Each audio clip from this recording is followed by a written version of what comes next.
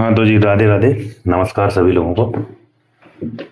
अभी जो पहला वीडियो डाला था उसे आप लोगों ने काफ़ी अप्रिशिएट किया, अच्छा लगा और मोटिवेशन मिला उससे। तो आज हम एक नई चीज़ लेकर आए हैं जो कि वो भी बेसिक ही है। जो मोटर कंपोनेंट्स जो होते हैं ट्रेनिंग में, जो एक मोटर एबिलिटीज़ होती हैं आदमी के अंदर, उनमें से एक है स्ट्रेंथ, जिसे कहते हैं शक्ति। कि तुझमें ताकत कितनी है, शक्ति कितनी है, हम नॉर्मली बोलते हुए पाए जाते हैं। तो उसको अच्छे से समझने की आज कोशिश करेंगे। स्ट्रेंथ जो एक मोटर एबिलिटी है उसको। तो इसकी डेफिनेशन पर जाते हैं। Strength is the ability to overcome resistance और टू एक्ट अगेंस्ट रेसिस्टेंस। या तो किसी रेसिस्टेंस को, जो प्रतिरोध है, या तो उसे ओवरकम कर रही हो, मतलब पूरी तरह से नलीफाई करने का प्रयास किया जा रहा हो, नलीफाई कर रही हो, या फिर उसके अगेंस्ट काम कर रही हो, मतलब उसे रोकने की कोशिश कर रही हो।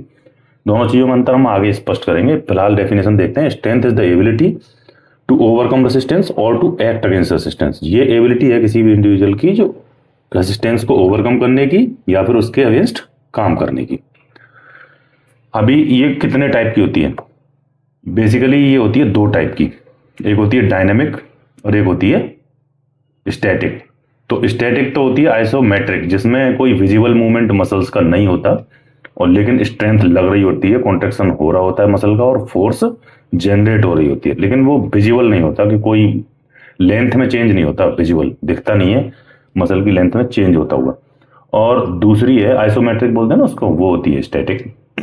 और दूसरी होती है डायनेमिक, जो कि बहुत ज्यादा इंपॉर्टेंट है और यही सबसे ज्यादा मायने रखती है, और इसके एग्जाम्पल भी हम रोज देखते हैं। तो इसमें तीन पार्ट होते हैं इसके। पहली होती है मैक्सिमम स्ट्रेंथ, दूसरी होती है एक्सप्लोजिव स्ट्रेंथ, और तीसरी है स्ट्रेंथ एंडुरेंस। ये असल में कॉम्बिनेशन होते हैं। मैक्सिमम स्ट्रेंथ की डेफिनेशन पढ़ते हैं हम सबसे पहले, फिर समझने का प्रयास करेंगे। It is the ability to overcome और to act against maximal resistance. मतलब जब बहुत ज्यादा, जितनी तुम्हारी क्षमता है 100% रेसिस्टेंस को ओवरकम करने की या उसके खिलाफ काम करने की ताकत, मतलब ज्यादा से ज्यादा कितना वजन तुम उठा सकते हो एक बार में, डेडलिफ्ट में, बेंच प्रेस में, वो ताकत तुम्हारी मैक्सिमम स्ट्रेंथ कहलाएगी। दूसरी है एक्सप्लोजिव स्ट्रेंथ। इसमें एक्सप्लोजिव आता है ना, विस्फोटक। विस्फोटक का मतलब है कि स्पीड के साथ, एक्सप्लोजिव जिसमें तेजी से काम किया जाए। तो ये है, it is the combination of speed and strength abilities. Speed और स्ट्रेंथ एबिलिटीज का ये कॉम्बिनेशन है। It can be defined as the ability to overcome resistance with high speed. मतलब स्पीड के साथ किसी भी रेसिस्टेंस को ओवरकम करने की ताकत। अब ये अपने आप में खुद तीन टाइप की है। पहली है स्टार्ट स्ट्रेंथ, दूसरी है स्ट्रेंथ स्पीड, और तीसरी है स्पीड स्ट्रेंथ। ये दोनों में बहुत थोड़ा सा फर्क है, लेकिन अभी हम यहाँ समझने की कोशिश करेंगे तो क्लियर हो जाएगा कि स्ट्रेंथ स्पीड क्या है और स्पीड स्ट्रेंथ क्या है। तो सबसे पहले स्टार्ट स्ट्रेंथ को समझते हैं। जैसा इसके नाम से पता चलता है कि ability to develop maximum muscle force during starting phase of movement. किसी भी मूवमेंट के स्टार्टिंग फेज में मैक्सिमम मसल फोर्स जनरेट करने की जो एबिलिटी है वो स्टार्ट स्ट्रेंथ कहलाती है। शुरुआत में, जैसे स्प्रिंट का जब हम स्टार्ट करते हैं तब इसका यूज होता है। वेट लिफ्टिंग में इनिशियल मूवमेंट पे जब हम इसको यूज करते हैं तब ये यूज में आती है, तो इसको बोलते हैं स्टार्ट स्ट्रेंथ। स्टार्ट होने के लिए जो स्ट्रेंथ चाहिए होती है इनिशियल ज्यादा, वो। दूसरी है स्ट्रेंथ स्पीड। इन दोनों को अच्छे से समझने की कोशिश करेंगे। स्ट्रेंथ स्पीड और स्पीड स्ट्रेंथ ये पार्ट हैं एक्सप्लोजिव स्ट्रेंथ के, जैसा कि मैंने बताया। Ability to overcome heavy resistance with high speed. Speed ज्यादा हो और हैवी रेसिस्टेंस को हम कर रहे हो। हैवी मतलब स्पीड के साथ तो करनी है, एक्सप्लोजिव का पार्ट है, तो स्पीड तो इसमें सब में इन्वॉल्व रहेगी। लेकिन समझने वाली बात क्या है कि ability to overcome heavy resistance with high speed. जब हम हैवी रेसिस्टेंस को ओवरकम कर रहे हो स्पीड के साथ, जैसे थ्रो करने के टाइम पे या जंप करने के टाइम पे, टेक ऑफ जब करते हैं तब वो यूज होती है, उसे बोलते हैं स्ट्रेंथ स्पीड। इसमें स्ट्रेंथ सबसे पहले आ रहा है, तो यहाँ हैवी रेसिस्टेंस की बात हो रही है। अब दूसरी की तरफ चलते हैं, स्पीड स्ट्रेंथ। इसमें स्पीड पहले आ रही है। Ability to overcome lower resistance. यहाँ पे हैवी रेसिस्टेंस थी और यहाँ lower resistance with high speed. Same है सारी चीज, केवल इसमें रेसिस्टेंस लोअर होती है और इसमें हायर होती है।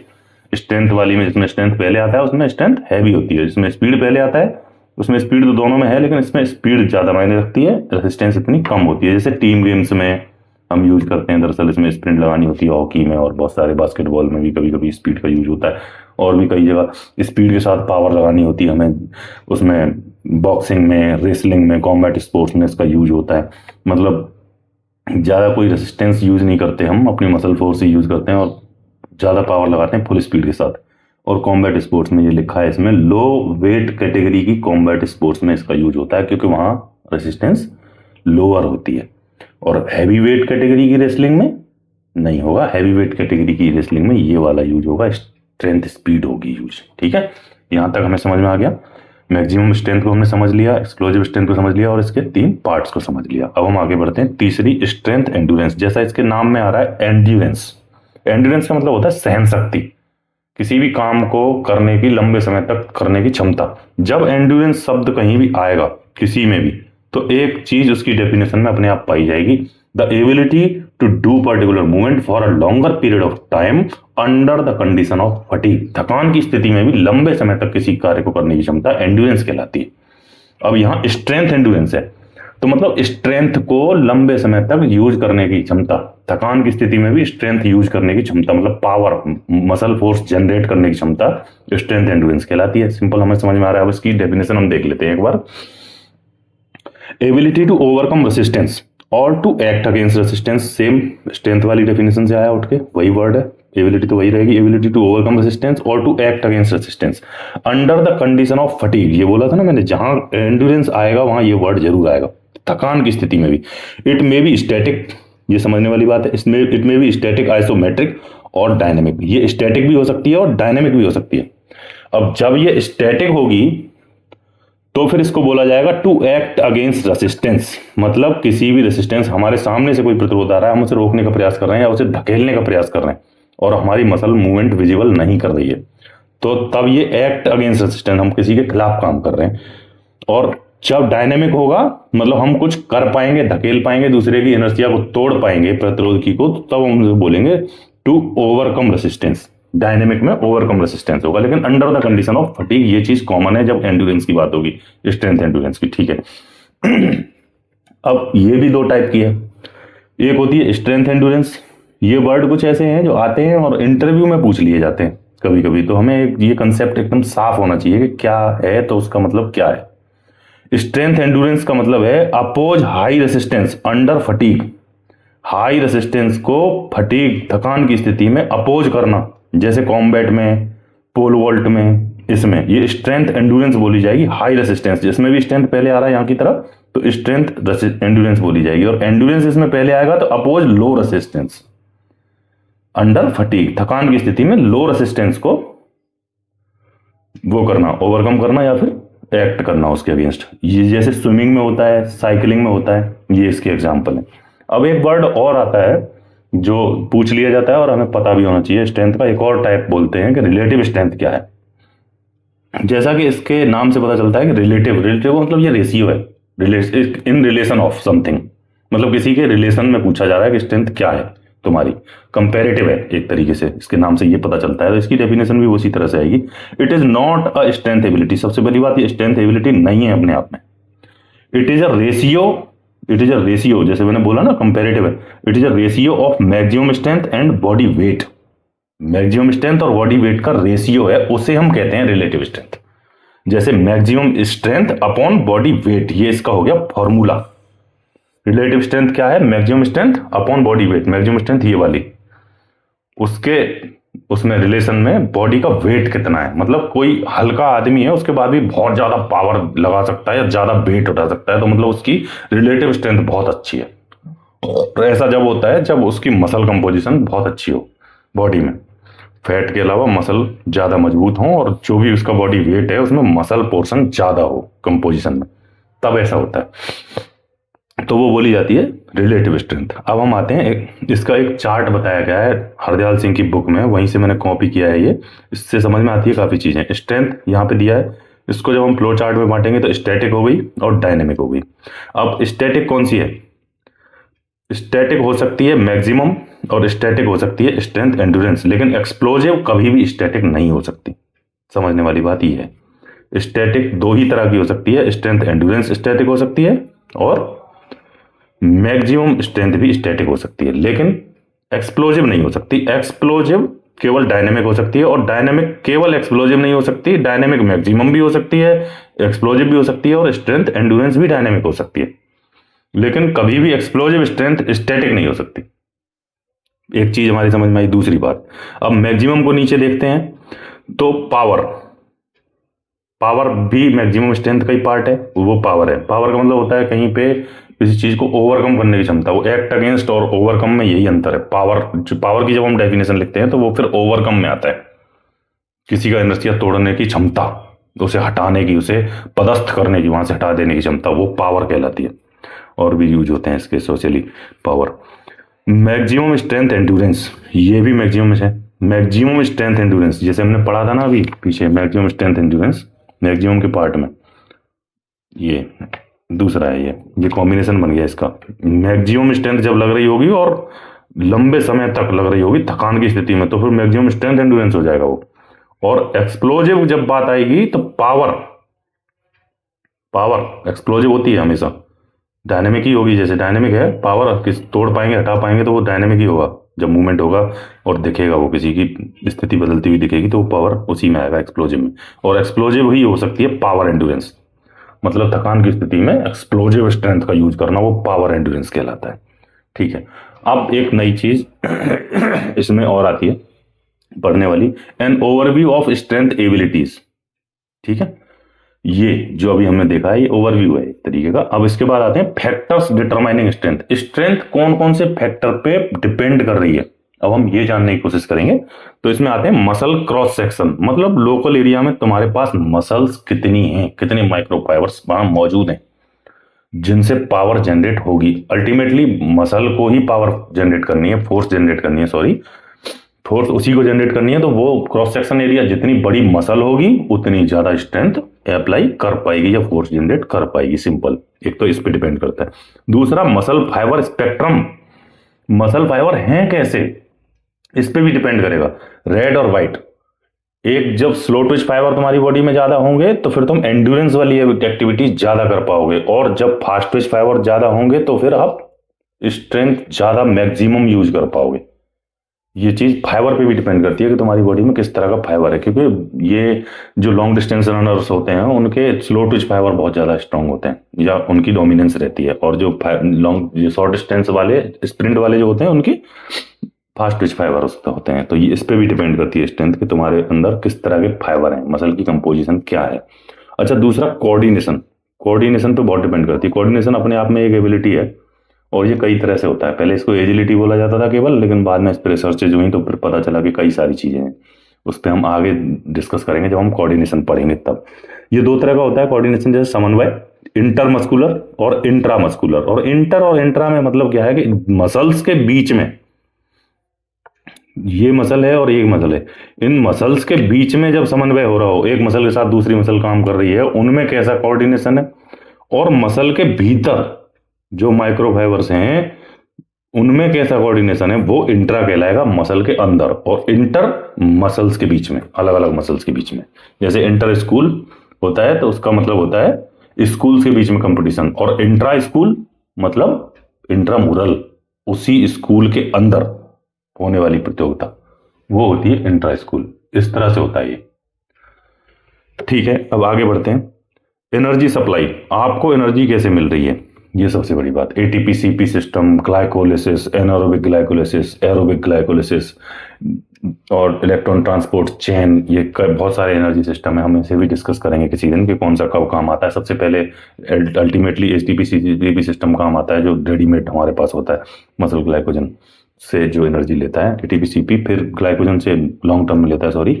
तो ये अलग अलग तरीके का होता है। तो इस पर भी डिपेंड करता है कि आपको एनर्जी कितनी मिल रही है, तभी तो आप लगा पाओगे पावर, जब आपको एनर्जी प्रॉपर मिल रही होगी। तो एक तुम्हारी बॉडी में वेट कितना है, वेट का रेशियो होता है। अगर वेट ज्यादा होगा तो तुम फोर्स भी ज्यादा लगा सकते हो, ये माना जाता है काफी हद तक। वो बात अलग है कि कोई इतना ओबीज हो, बहुत ज्यादा मोटा हो, जिसमें फैट कंटेंट ज्यादा हो, तो वो पावर ज्यादा नहीं लगा पाएगा, क्योंकि उसकी मसल नहीं है, जो बॉडी कंपोजिशन पर डिपेंड करता है, जैसा हमने अभी अर्लियर डिस्कस किया था। दूसरे साइकिक फैक्टर्स, ये सब में रहते हैं। हमारा मूड कैसा है, हम जब बहुत ज्यादा गुस्से में हैं तो हम बहुत ज्यादा पावर लगा सकते हैं, और बहुत ज्यादा एक्साइटेड हैं तब भी हम बहुत ज्यादा पावर लगा सकते हैं। हम स्ट्रेस में हैं और एंजाइटी फील कर रहे हैं तो फिर हमारी पावर स्ट्रेंथ लगाने की क्षमता घट जाएगी। तो ये मेंटल फैक्टर्स भी बहुत होते हैं कि हमारा दिमाग की स्टेट, मेंटल स्टेट क्या है उस वक्त, तो उस पर भी डिपेंड करता है। तुम्हें चाहे कितनी भी पावर क्यों ना हो, लेकिन तुम उस मेंटल स्टेट में नहीं हो कि उस पावर को यूटिलाइज कर सको या मसल फोर्स जनरेट कर सको। तो ये हर चीज में बहुत बड़ा रोल अदा करते हैं। अच्छा, अब देखो इम्प्रूवमेंट स्ट्रेंथ का कैसे होता है। स्ट्रेंथ ट्रेनिंग में स्ट्रेंथ को बढ़ाया कैसे जाता है, अब इस पे बात करते हैं। ये सारा ही कंटेंट मैंने हरदयाल सिंह से लिया है और वही हमारे पास यहाँ इस वक्त अच्छी बुक है। और भी फॉरेन राइटर्स की बुकें मेरे पास अवेलेबल नहीं है, लेकिन वो मोर देन सफिशियंट यहाँ मटेरियल मिल जाता है वो हमारे पास, जिससे हमें तैयारी हो सकती है। तो वही है सारा, और आप लोगों ने पढ़ भी रखा होगा, लेकिन रिवीजन हो जाएगा, अच्छी बात है। और हो सकता है जिन लोगों ने नहीं पढ़ा है, जो पढ़े हुए नहीं है, उनके लिए कंटेंट यहाँ रेडीमेड मिल जाएगा। तो इम्प्रूवमेंट जब हम स्ट्रेंथ का करते हैं तो फिजिकल एक्सरसाइज एक तरीका है। हम एक्सरसाइज करेंगे लगातार, तो ट्रेनिंग करेंगे तो हमारी अडोप्टेशन होता जाएगा और परफॉर्मेंस कैपेसिटी बढ़ती जाएगी, मसल साइज बढ़ता जाएगा लॉन्ग ड्यूरेशन जब ट्रेनिंग करेंगे। तो टाइप ऑफ मसल कॉन्ट्रेक्शन, हम कौन से मसल कॉन्ट्रेक्शन की ट्रेनिंग कर रहे हैं, ट्रेनिंग में हम किस तरह का मसल कॉन्ट्रेक्शन यूज कर रहे हैं, कैसी एक्सरसाइज कर रहे हैं, कौन से कॉन्ट्रेक्शन वाली, इस पर भी डिपेंड करता है कि हम किस तरह की स्ट्रेंथ को डेवलप कर पाएंगे या कितना कर पाएंगे।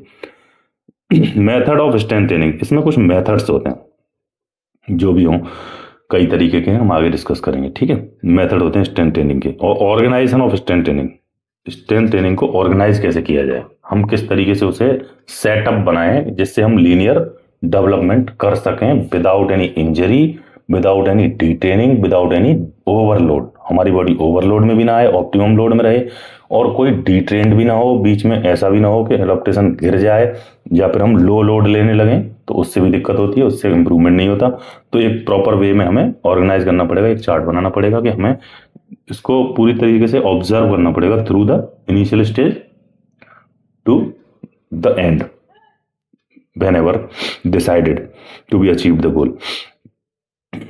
फिजिकल एक्सरसाइज, अब फिजिकल एक्सरसाइज पे आ जाते हैं। ये पहला वाला टॉपिक जो है, फिजिकल एक्सरसाइज किस तरीके की है, विद एडिशनल रेजिस्टेंस, बाहर के किसी रेजिस्टेंस के साथ, जैसे कि बॉडी वेट के साथ दौड़ लगाते हैं, या और भी कुछ सारी कई चीजें, जैसे अम्ब्रेला टाइप का पीछे लगा लेते हैं, उसे लगा के दौड़ मारते हैं। तो एडिशनल रेजिस्टेंस ले ली हमने बॉडी के अलावा, बॉडी जैसे हम पुशअप लगा रहे हैं और हमने अपनी पीठ पे वेट रख लिया, या फिर हमने हैवी जो पैरों में बांध लेते हैं वेट, उसे बांध के हमने रनिंग करना शुरू कर दिया। तो एडिशनल रेसिस्टेंस के साथ होता है। और एक होता है विद बॉडी वेट, हमारी बॉडी में जितना वेट है उसे ही हम रेसिस्टेंस के रूप में यूज कर रहे हैं। दो तरह की एक्सरसाइज होती है। अब टाइप्स ऑफ मसल कॉन्ट्रेक्शन, जी अभी जो बात हुई थी, दूसरा पॉइंट आ गया। टाइप्स ऑफ मसल कॉन्ट्रेक्शन में क्या आएगा, स्टैटिक, आइसोमेट्रिक, आइसोमेट्रिक जिसमें विजिबल मसल का मूवमेंट नहीं होता है। दूसरा होता है डायनेमिक, जिसमें विजिबल चेंजेस होते हैं मसल में, मसल साइज बदलता हुआ हमें दिखता है, मतलब भीत को धक्का देना, दीवार को धक्का देना, प्लैंक लगाना, ये सारी चीजें, या फिर लटक जाना, होल्ड करना, वो सारी चीजें स्टैटिक में आइसोमेट्रिक कॉन्ट्रेक्शन में आती हैं। इनमें आइसोमेट्रिक कॉन्ट्रेक्शन होता है, दिखता हमें कुछ नहीं है लेकिन मसल फोर्स जनरेट कर रही होती है। डायनेमिक में दो तरीके का होता है, एक होता है कॉन्सेंट्रिक जिसमें मसल लेंथ घट रही होती है, और एक होता है एक्सेंट्रिक जिसमें मसल लेंथ बढ़ रही होती है। इनके भी सवाल बहुत सारे आए हैं कंपटीशन में कि एसेंट्रिक क्या है, कॉन्सेंट्रिक क्या है, ऑप्शन दे देता है, चार पूछ लेता है। इसमें लेंथ घट रही है कॉन्सेंट्रिक में, एसेंट्रिक में लेंथ बढ़ रही है मसल की। इन दोनों में यही अंतर है, और एक कॉम्बिनेशन भी होता है इनका, दोनों का, बढ़ भी रही है घट भी रही है। जैसे हम डंबल कर्ल कर रहे हैं तो ऊपर लेके आ रहे हैं तो घट रही है, नीचे लेके जा रहे हैं तो घट रही है, बढ़ रही है। या फिर जब हम ऊपर लेके आ रहे हैं तो पीछे वाली मसल जो है, जो एंटागोनिस्ट है, वो तो बढ़ रही है, और आगे वाली जो बाइसेप्स है वो घट रही है। तो ये कॉम्बिनेशन हो जाता है। अच्छा, कॉम्बिनेशन कितने टाइप का है, डायनेमिक स्टैटिक दोनों का, और स्टैटिक डायनेमिक, मतलब स्टैटिक है और डायनेमिक है, या डायनेमिक के साथ स्टैटिक ज्यादा है, दोनों का कॉम्बिनेशन भी हो जाता है। इन दोनों का कॉम्बिनेशन की बात हो रही है अभी, इन दोनों के कॉम्बिनेशन की बात हो रही थी, एसेंट्रिक कॉन्सेंट्रिक की, ठीक है। अब बात हो रही है तीसरा, जो तीसरा टाइप दिया है कॉम्बिनेशन। कॉम्बिनेशन ये स्टैटिक और डायनेमिक का है, डायनेमिक और स्टैटिक, डायनेमिक मूवमेंट कर रहे हैं उसमें स्टैटिक कुछ हो रहा है, और या फिर हम स्टैटिक मूवमेंट कर रहे हैं उसमें थोड़ा बहुत डायनेमिक हो रहा है। मेथड्स ऑफ स्ट्रेंथ इंप्रूवमेंट, जैसे अभी ये तीसरा टॉपिक था मेथड्स, अब इस पे आ जाते हैं। मैक्सिमम स्ट्रेंथ को डेवलप करने के मेथड कौन कौन से हैं। डायनेमिक कॉन्सेंट्रिक मेथड एक यूज होता है, ये मैक्सिमम रेसिस्टेंस मेथड, इसके भी दो पार्ट हैं, मैक्सिमल रेसिस्टेंस मेथड होता है एक, और एक सब मैक्सिमम रेसिस्टेंस। जैसे एक में तो मैक्सिमम रेसिस्टेंस होगी और एक में थोड़ी कम होगी, सब मैक्सिमल का मतलब उससे थोड़ी कम। लिखा है यहाँ 80 से 100% इंटेंसिटी होगी इसकी, मतलब तीव्रता इतनी ज्यादा होगी कि 80 से 100 मतलब लगभग फुल, और 1 से 10 रेपिटेशन होंगे, 3 से 10 सेट इसके हम लगाते, ऐसे करके तैयारी होती है। दूसरा सब मैक्सिमम रेसिस्टेंस मेथड होता है, इसमें 50 से 80 मतलब फुल से थोड़ा कम, 80 तक ही जाएगी, 80 से ऊपर नहीं जा सकती इंटेंसिटी, 50 से 80 रहेगी। 50 से नीचे इसलिए नहीं आएगी फिर वो लो इंटेंसिटी हो जाएगी, सब मैक्सिमम लो रेसिस्टेंस नहीं रहेगी, फिर वो लो रेसिस्टेंस हो जाएगी। इसमें जाहिर सी बात है इंटेंसिटी घट गई तो रैप बढ़ गए, रेपिटेशन 6 से 12 हो गए, और 3 से 5 सेट, इसके सेट कम है। इस तरीके से दिया गया है बुक में। दूसरा है dynamic eccentric method. Dynamic eccentric, अब ये भी कई तरह का, एक होता है स्लो इसेंट्रिक मेथड, स्लो जैसा इसके नाम से दिया गया है।